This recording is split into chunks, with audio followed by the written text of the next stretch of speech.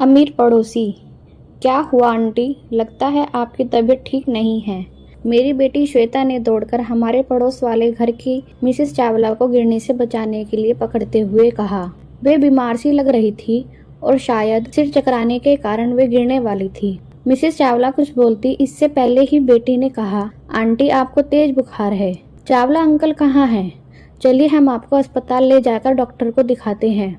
Mrs Chawla कुछ बोल न सकी। उन्होंने अपने घर की ओर इशारा किया। इतने में ही चावला जी श्वेता की आवाज सुनते ही अपने घर से तेजी से दौड़ते हुए आए। उन्होंने घबराते हुए पूछा, क्या हुआ? मैं तो तुम्हें इस चबूतरे पर बैठाकर गाड़ी निकालने गया था।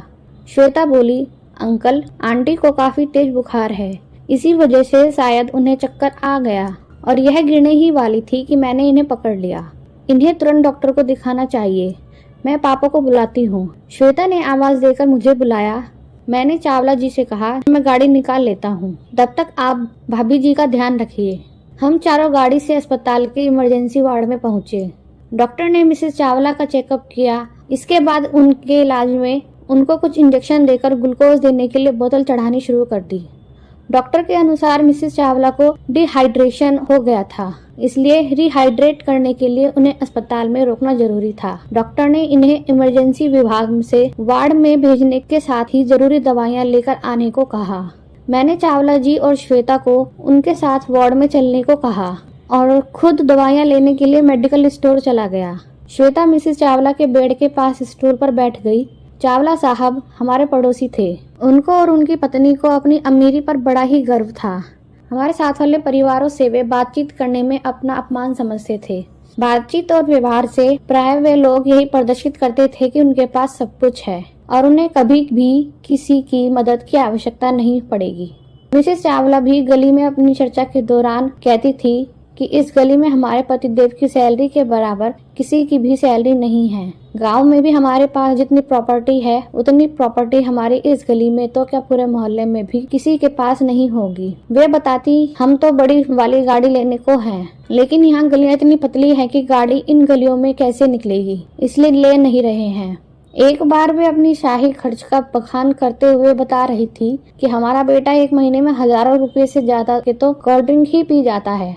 तब श्वेता ने कहा, अगर वह इतना कोल्ड ड्रिंक पी लेता है तो यह उसके स्वास्थ्य के लिए भी बहुत ही नुकसानदायक है। मिसेस चावला वैसे वे तो आसपास लोगों से बात करना भी अपनी प्रतिष्ठा के खिलाफ समझती थी। आसपास के लोग उनकी इस आदत से भली भांति परिचित थे। तभी तो जब वह अपनी हाँक रही होती थी तब उनकी बात को कोई गंभीरता से नहीं सुनता था। मिस्टर चावला भी उनसे 4 कदम बढ़कर थे।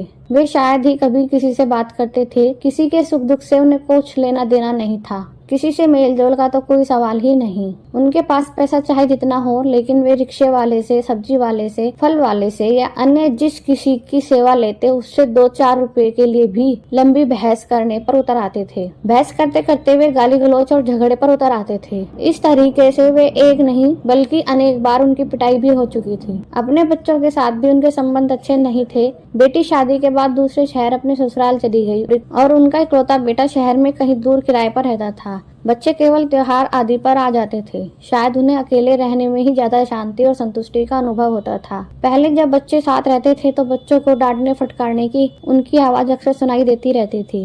शायद उनको आत्मग्लानि का अनुभव हो रहा था। उनके चेहरे की भावना से स्पष्ट था कि वे बेहद परेशान हैं। उनके कंधे पर मैंने ज्यों ही हाथ रखा तो वे बिलक बिलक कर रो पड़े। मैंने उन्हें धैर्य बंधाते हुए कहा, चावला साहब आप बिल्कुल चिंता न करें, हम सब तन मन धन सहित आपके साथ हैं। आपको किसी भी प्रकार की चिंता करने की आवश्यकता नहीं है। भाभी जी जल्दी ही ठीक हो जाएंगी।